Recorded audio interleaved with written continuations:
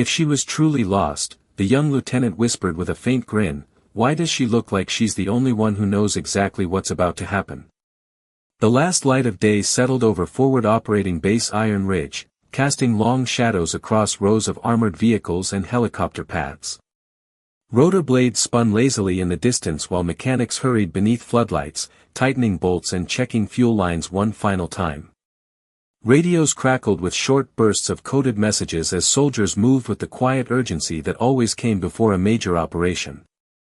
Tonight was different. Within 2 hours, a joint special operations task force would launch a hostage rescue mission deep inside hostile territory. Months of intelligence gathering, surveillance flights, and rehearsals had led to this moment.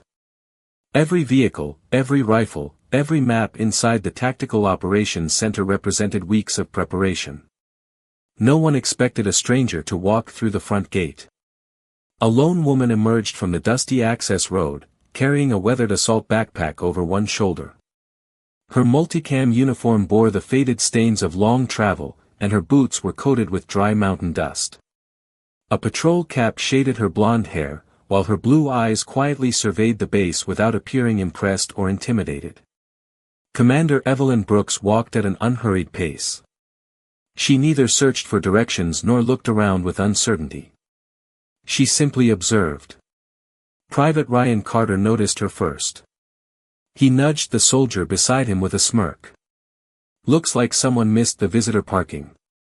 The second guard chuckled. Ma'am, he called politely, administration is on the south side of the base. Evelyn slowed just enough to acknowledge him. Thank you. Her voice was calm, almost effortless. Then she continued walking exactly where she had been heading. Ryan frowned. Didn't even ask where she was supposed to go. Probably embarrassed, another guard replied. Maybe she's attached to logistics. Within minutes, curious glances followed her across the compound. A maintenance crew paused beside an armored vehicle. 2 communications specialists looked up from a satellite truck. Several officers crossing the motor pool briefly turned their heads before returning to their conversations. Nobody recognized her. Nothing about Evelyn demanded attention. She wore no visible decorations beyond standard identification patches. She had no escort, no convoy, no aide carrying paperwork behind her. She looked remarkably ordinary against the controlled chaos surrounding the upcoming mission. Ahead stood the Tactical Operations Center. Its illuminated windows revealed officers gathered around enormous digital maps displaying terrain, satellite imagery, and friendly force positions. The operation briefing was already underway. Lieutenant Mason Walker stepped outside carrying a tablet loaded with mission updates. He nearly walked past Evelyn before realizing she was heading toward the entrance. Excuse me, ma'am. She stopped. I'm afraid this area is restricted. His tone remained professional, but his expression suggested he had already reached a conclusion. If you're looking for administration, it's 2 buildings over. Evelyn followed his gaze toward the glowing operations room. I see. She offered no explanation. No credentials. No questions. Instead, her eyes rested briefly on the enormous digital terrain display visible through the open doorway. One glance. That was all it took. Her expression remained unchanged, but she noticed something almost invisible, a subtle inconsistency between the highlighted insertion route and the surrounding ridgelines. The convoy was being guided into ground that offered perfect observation from higher elevations. Most people saw a safe corridor. She saw a funnel. Lieutenant Mason noticed her studying the display. You've seen maps like that before? Evelyn looked at him with quiet composure. A few. Before Mason could ask another question, she shifted her attention back toward the battlefield map glowing inside the command center. Around her, no one realized that the woman they believed had wandered into the wrong place wasn't searching for directions. She was silently deciding whether the mission itself had already taken the wrong road. Lieutenant Mason Walker had spent the better part of a year earning the right to stand outside the Tactical Operations Center. At 29, he had built a reputation for discipline, attention to detail, and following protocol without hesitation. On a night when dozens of lives depended on precise coordination, the last thing he wanted was an unfamiliar face wandering near the command post. "I'm sorry, ma'am," he said, keeping his tone courteous. "This area is restricted." Commander Evelyn Brooks nodded once. "I understand." That was all. No explanation. No complaint. No request to speak with a superior. She simply remained where she was, her attention drifting back toward the glowing operations display inside the open doorway. Mason noticed it immediately. Most visitors looked around nervously. She looked at the terrain. Captain Daniel Harper stepped out of the building carrying a stack of mission folders. Catching sight of Evelyn, he slowed. "Everything okay?" Mason answered before she could. "I think she's looking for administration." Harper smiled politely. "Wrong building, ma'am." Evelyn acknowledged him with the same calm expression. "Perhaps." The answer was strange enough to make Mason pause. Behind the glass walls of the operations center, officers clustered around a massive digital map. Satellite imagery covered the central screen, while colored symbols marked convoy routes, extraction points, and surveillance sectors. Analysts exchanged updated intelligence reports as the countdown to launch continued. Evelyn's eyes rested on the map for barely 3 seconds. Then something changed. Almost too subtle to notice. She tilted her head slightly. A narrow ridgeline. A shaded valley. A highlighted insertion route. 3 details that didn't seem to belong together. An intelligence specialist hurried through the doorway carrying fresh reconnaissance photographs. One page slipped from the folder and landed near Evelyn's boots. She bent down, picked it up, and handed it back without a word. Her eyes passed briefly over the image. 1 second. Maybe 2. The analyst thanked her and disappeared inside. Mason watched the exchange. "You can actually read those?" Evelyn looked at him. "They're clear enough." He laughed. Quietly. "Not to me." She glanced once more toward the command map. "The terrain is telling a different story." Mason frowned. "What do you mean?" "The valley looks inviting." She spoke softly, almost as if she were thinking aloud. "But high ground always deserves more attention." Before Mason could respond, another officer stepped outside. "Walker. Briefing starts in 2 minutes." "I'm coming." He looked back at Evelyn. "If you need assistance finding the administration office, someone can escort you." She smiled politely. "Thank you. I'll manage." As Mason disappeared inside the operations center, he found himself glancing over his shoulder one last time. She hadn't moved. She wasn't searching for signs. She wasn't asking anyone for directions. She was simply watching the battlefield map with the quiet concentration of someone who had seen a pattern no one else had noticed. And for reasons he couldn't explain, Lieutenant Mason Walker suddenly found himself wondering whether the woman everyone believed was lost had actually arrived exactly where she intended to be. Inside the Tactical Operations Center, the atmosphere tightened with every passing minute. Digital maps glowed across the walls, each screen filled with satellite imagery, terrain models, and moving blue symbols representing the assault force preparing to cross the border. Officers spoke in measured voices, comparing intelligence reports while radio operators performed one final communications check before launch. Lieutenant Mason Walker took his place beside the central operations table. He tried to focus on the briefing. Instead, his thoughts kept drifting back to the quiet woman outside. There had been something unusual about the way she studied the battlefield. She hadn't stared at the screens with curiosity. She had examined them with familiarity. Colonel Richard Hayes entered the room carrying the final mission folder. "Gentlemen." The conversation stopped immediately. "We launch on schedule." An intelligence analyst enlarged the latest reconnaissance image. Our surveillance drone completed one final sweep 32 minutes ago. The satellite photograph appeared almost perfect. A winding valley. Steep ridgelines.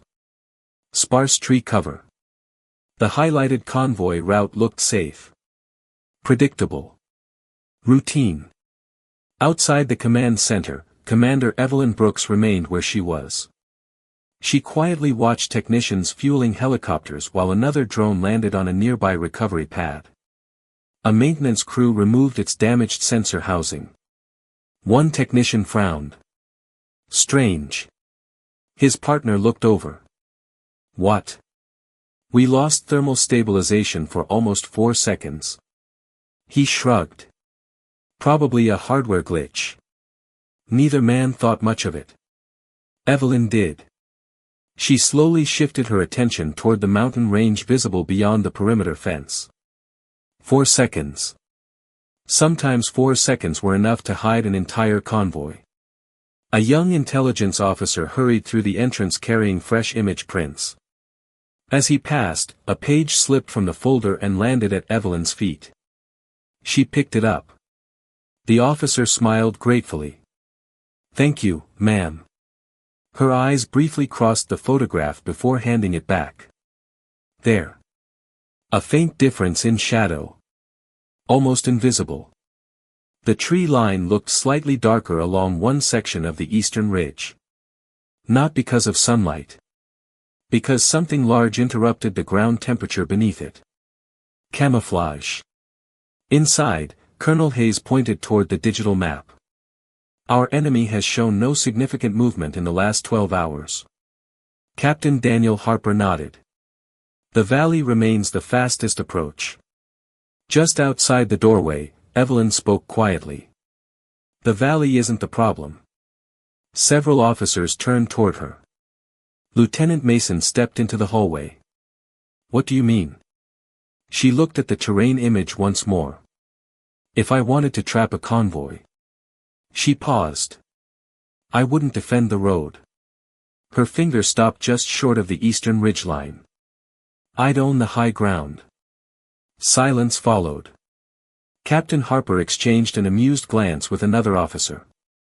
Interesting theory. Evelyn simply nodded. It isn't a theory. Mason studied her expression. She wasn't trying to impress anyone. She wasn't asking them to believe her. She sounded like someone describing something she had already seen. Before anyone could respond, an operations technician rushed toward Colonel Hayes. Sir. The reconnaissance drone just stopped transmitting. Hayes looked up sharply. What happened? The technician swallowed. We don't know. The feed went black. For the first time that evening, Lieutenant Mason Walker noticed that Commander Evelyn Brooks did not look surprised. She looked concerned. And somehow, that unsettled him far more than the lost drone itself. The loss of the reconnaissance drone changed the atmosphere inside the Tactical Operations Center almost instantly. Conversations became shorter. Voices dropped. Every officer understood that surveillance assets did not simply disappear over friendly terrain. Colonel Richard Hayes looked toward the communications station. Restore the feed. The operator worked rapidly across 2 keyboards. I'm trying, sir. No response. Another technician adjusted the signal spectrum. We've lost both video and telemetry. Captain Daniel Harper folded his arms. Mechanical failure? The technician shook his head. It doesn't look like it. What does it look like? He hesitated before answering. Someone wanted us blind. The room fell silent. Lieutenant Mason Walker glanced toward the doorway. Commander Evelyn Brooks was still standing outside, watching the mountain range beyond the perimeter as if she had already expected this moment. He stepped into the hallway. You don't seem surprised. She looked at him calmly. The drone didn't fail. You know that? It stopped transmitting over the only place your convoy couldn't afford to lose visibility. Mason stared at her. She wasn't guessing. She sounded certain. Before he could ask another question, a junior intelligence analyst rushed outside carrying a tablet.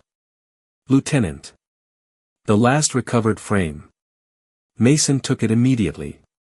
The image was badly distorted. Half covered by electronic interference. Most of the valley had dissolved into static. Only fragments of the surrounding terrain remained visible. Commander Brooks quietly stepped beside him. "May I?" Without thinking, Mason handed her the tablet. She examined the frozen image for only a few seconds. Then she enlarged one corner. "There." Mason narrowed his eyes. "I don't see anything." "You aren't looking at the vehicles." She gently tapped the screen. "Look at the shadows." He frowned. The trees appeared slightly darker in one section. Almost identical to the rest. Almost. "They're too straight," Evelyn said quietly. "Nature rarely draws straight lines." The realization came slowly. Rectangular outlines. Hidden beneath camouflage. Positioned along the eastern ridgeline. Covered fighting positions. Captain Harper stepped into the hallway. "What is it?" Mason turned the screen toward him. "She thinks there are armored positions hidden here." Harper studied the image. For nearly 10 seconds. Then he looked up. "I can't confirm that." Evelyn nodded. "You won't." "Not until they're firing."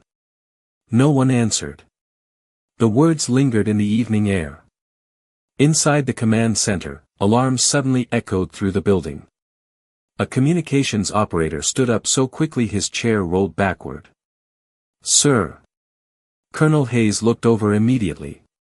"What happened?" "We've just received an emergency transmission." The room froze. "From who?" "Advance Recon Team." The operator adjusted his headset. "They're reporting unexpected electronic interference across the eastern approach." Captain Harper slowly turned toward Commander Brooks. She didn't react. She simply looked back toward the mountains. Exactly where she had been looking since arriving at Iron Ridge. Lieutenant Mason felt an uneasy weight settle in his chest. Every warning she had given so far had become reality. First the vulnerable ridgeline. Then the missing drone. Now electronic interference exactly where the convoy intended to travel. Inside the Tactical Operations Center, Colonel Hayes spoke firmly.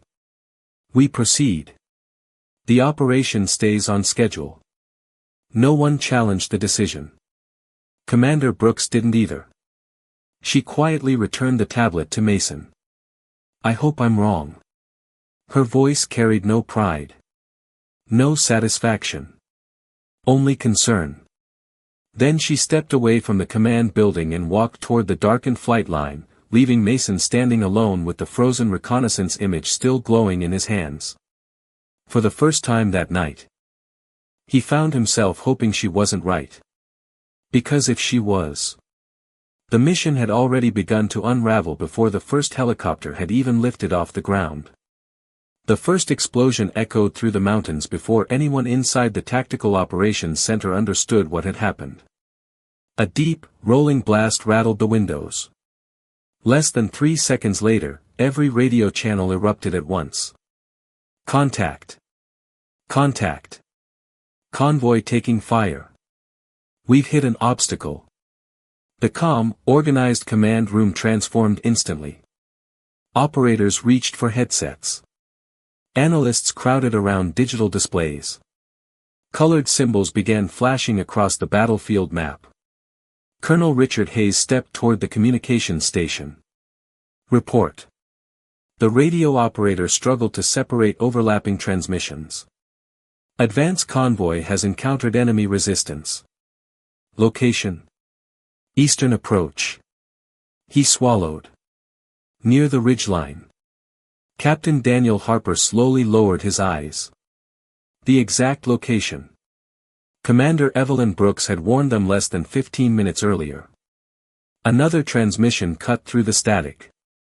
"This is Falcon Team." Heavy gunfire thundered behind the speaker. They knew we were coming. The room fell silent. No one wanted to admit the obvious. The convoy hadn't stumbled into the enemy. The enemy had been waiting. Lieutenant Mason Walker stared at the battlefield map. The carefully planned insertion route suddenly looked painfully predictable. He remembered Evelyn's quiet words. I wouldn't defend the road. I'd own the high ground. Outside, Commander Brooks stood beside the flight line, watching the distant mountain silhouette beneath the fading evening sky. She heard the first radio traffic through an exterior loudspeaker. Her expression didn't change. She closed her eyes briefly. Not in relief. Not in frustration. Only in quiet acceptance. The battlefield was unfolding exactly as she feared. Boots pounded across the concrete. Lieutenant Mason ran toward her without slowing. His breathing was uneven. They're under attack. Evelyn met his eyes. I know. They're trapped on the eastern approach. I know. Mason stared at her. How? She looked toward the mountains. The enemy didn't build an ambush. They built a funnel. Another explosion echoed through the valley. The exterior loudspeaker crackled again. Falcon Team requesting immediate support. The transmission broke apart beneath automatic weapons fire. We're pinned. Multiple firing positions. Repeat, static swallowed the rest.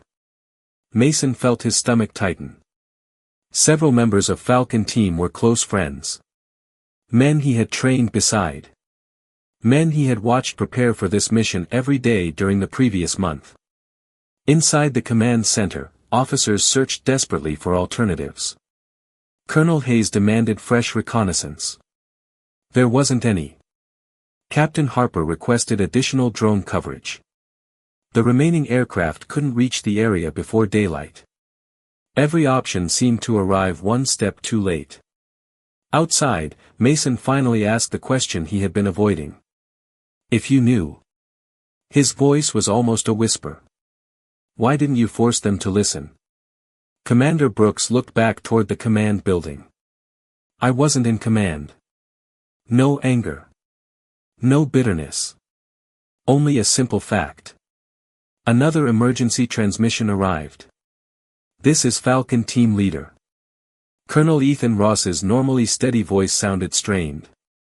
We're losing mobility. The eastern ridge is fully occupied. Silence followed. Then one final sentence. If anyone is hearing this. We need a new plan. Lieutenant Mason slowly lowered his head. The realization struck harder than the explosions echoing through the mountains. The woman everyone believed had wandered into the wrong place had been the only person who truly understood the battlefield. And now, as the operation slipped toward disaster, the officers who had dismissed her warnings found themselves searching for the very person they had tried to send away only minutes earlier. The radio transmission ended in a burst of static that seemed to drain every sound from the tactical operations center. No one spoke. Every officer stared at the glowing battlefield map where Falcon Team's blue marker had stopped moving. Colonel Richard Hayes broke the silence. Get me every available reconnaissance asset. An operations specialist shook his head. We don't have one. The backup drone is still 30 minutes out. Captain Daniel Harper looked at the mission clock. They don't have 30 minutes. Another transmission broke through. This is Falcon Team. Colonel Ethan Ross's breathing was heavy. We're pinned. Enemy positions cover the entire eastern ridge. We can't move without taking fire. The signal faded beneath the sound of automatic weapons. Lieutenant Mason Walker slowly turned toward the doorway. Commander Evelyn Brooks was gone. He hurried outside. She stood alone near the darkened helicopter pad, watching the distant mountains with the same calm expression she had worn since arriving at Iron Ridge. You heard that? She nodded. They've reached the kill zone. Mason struggled to hide the urgency in his voice. They need help. They need a new plan. She answered quietly. Inside the command center, frustration continued to build. Colonel Hayes examined every available option. Air support couldn't arrive before sunrise. Artillery risked striking friendly forces. Ground reinforcements were too far away. Every solution created another problem. General Thomas Caldwell's helicopter appeared over the western ridge without warning. Its rotor wash swept dust across the landing zone as soldiers instinctively stepped back. The aircraft settled onto the tarmac. Before the blades had fully slowed, the cabin door opened. General Caldwell stepped onto the concrete with determined strides. He barely acknowledged the waiting officers. His eyes searched the flight line. Then they found Commander Evelyn Brooks. Without hesitation, he walked directly toward her. Lieutenant Mason watched in complete confusion. Colonel Hayes approached quickly. "General, we're dealing with an active ambush." "I know." Caldwell never took his eyes off Evelyn. When he reached her, he came to attention. Every nearby conversation stopped. The general rendered a crisp military salute. "Commander Brooks. My apologies. The delay was unavoidable." Silence spread across the landing zone. Captain Harper blinked in disbelief. Colonel Hayes froze. Lieutenant Mason felt every assumption he had made during the evening collapse in an instant. The highest-ranking officer on the base was apologizing to the woman everyone had believed was simply lost. Commander Brooks returned the salute with quiet precision. "General." He lowered his hand. "Current status?" She answered calmly. "Falcon Team entered the predicted ambush. They're still alive. But not for long." General Caldwell nodded once. Exactly as though he had expected that assessment. He turned toward Colonel Hayes. "Transfer operational command." Hayes hesitated. "Sir. The operation now belongs to Commander Brooks." No one moved. No one questioned him. General Caldwell looked around the stunned officers. For those meeting her for the first time. His voice carried across the silent landing zone. "Commander Evelyn Brooks has planned and led some of the most successful multinational rescue operations in the last decade. When she identifies an ambush." He paused. "You don't debate it. You adapt." Lieutenant Mason lowered his eyes. He remembered politely offering to escort her to the administration office. Remembered smiling when she said she would manage on her own. She had. Commander Brooks picked up the weathered assault backpack she had carried across the base. Nothing about her posture changed. No pride. No resentment. Only purpose. As she walked toward the Tactical Operations Center, every officer instinctively stepped aside. Not because protocol demanded it. Because respect already had. Commander Evelyn Brooks entered the Tactical Operations Center without a single unnecessary word. The room instinctively made space for her. Moments earlier, many of the officers had barely noticed her presence. Now every pair of eyes followed her as she walked toward the illuminated operations table. General Thomas Caldwell remained near the entrance. He didn't introduce her. He didn't explain her qualifications. He simply watched. The battlefield would do that for him. Commander Brooks studied the digital terrain model in complete silence. Satellite imagery. Convoy positions. Enemy estimates. Electronic interference reports.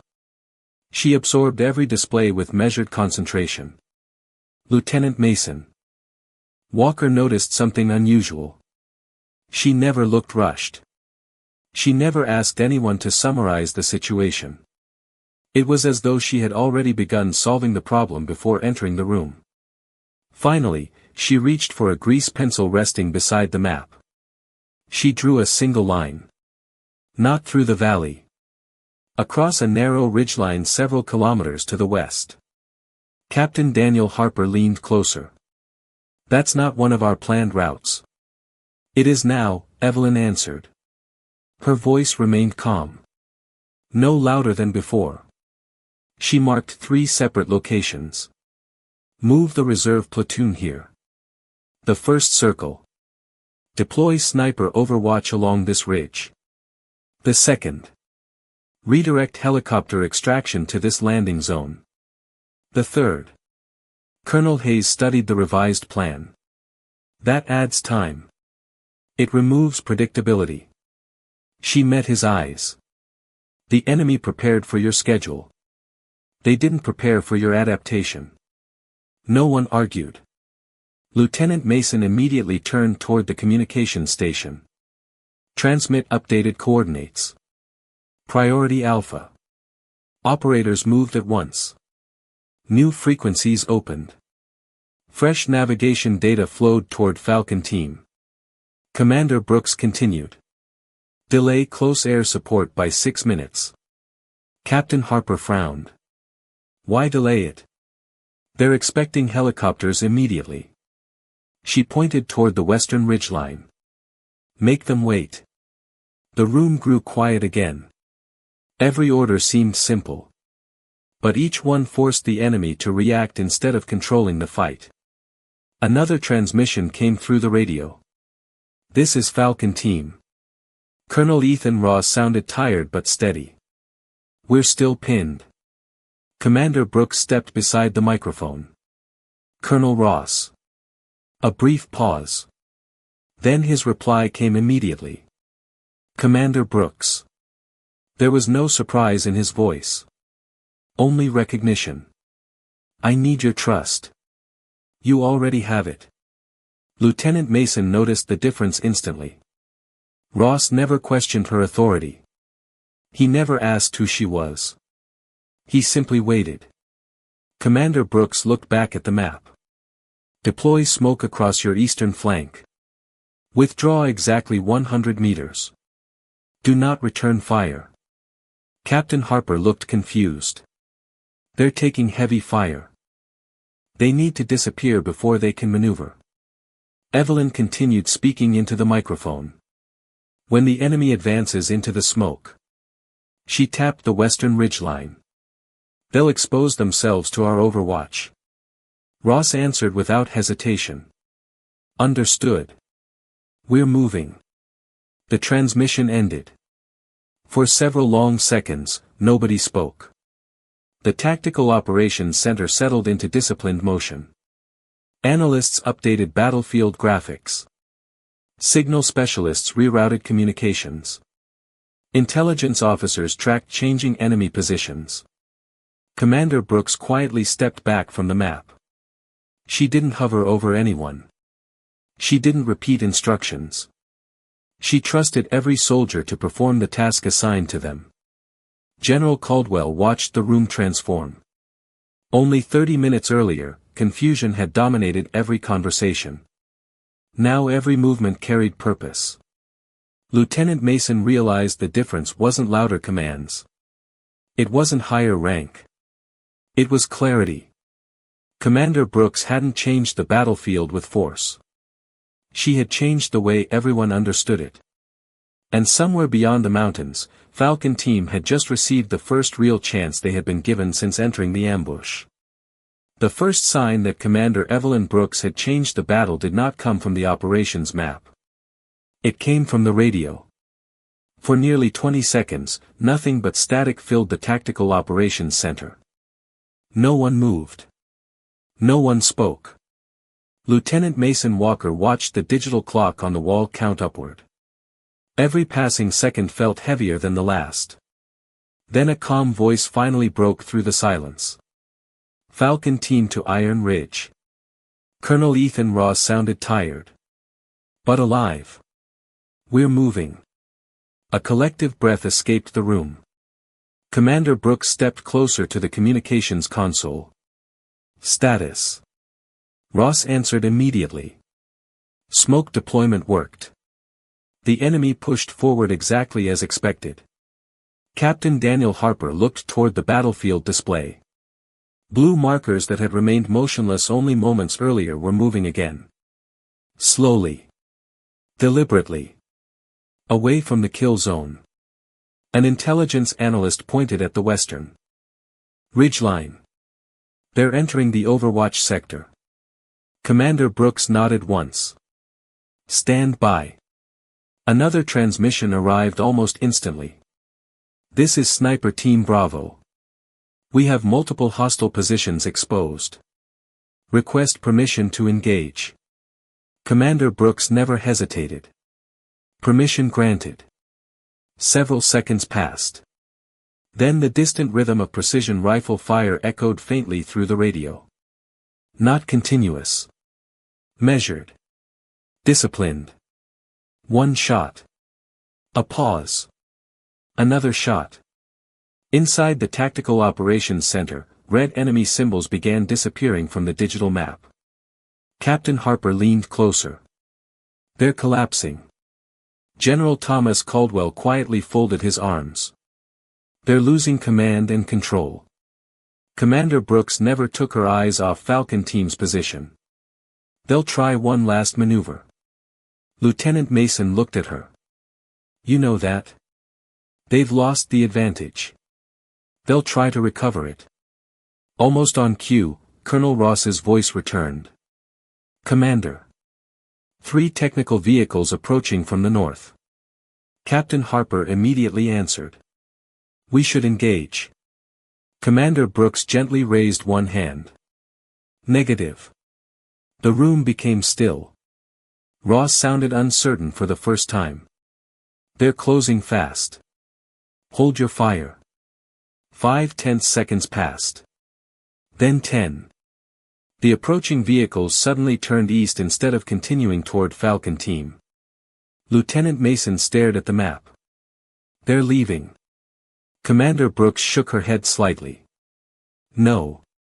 They were searching for a pursuit. They wanted you to reveal your position. General Caldwell allowed himself the smallest smile. Exactly. No one questioned her judgment anymore. Another transmission followed. We have visual on the hostage compound. Ross's breathing steadied. 12 hostages confirmed. All alive. A quiet wave of relief spread through the room. Commander Brooks issued one final instruction. Proceed. Fast. No unnecessary engagement. Minutes later, the operations center listened as Falcon Team executed the rescue. Doors breached. Hostages secured. Medical checks completed. Extraction initiated. Every update arrived with remarkable precision. The final radio call came just before dawn. Iron Ridge.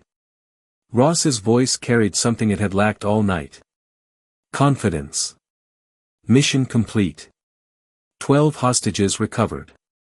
All personnel accounted for. Silence filled the room once more.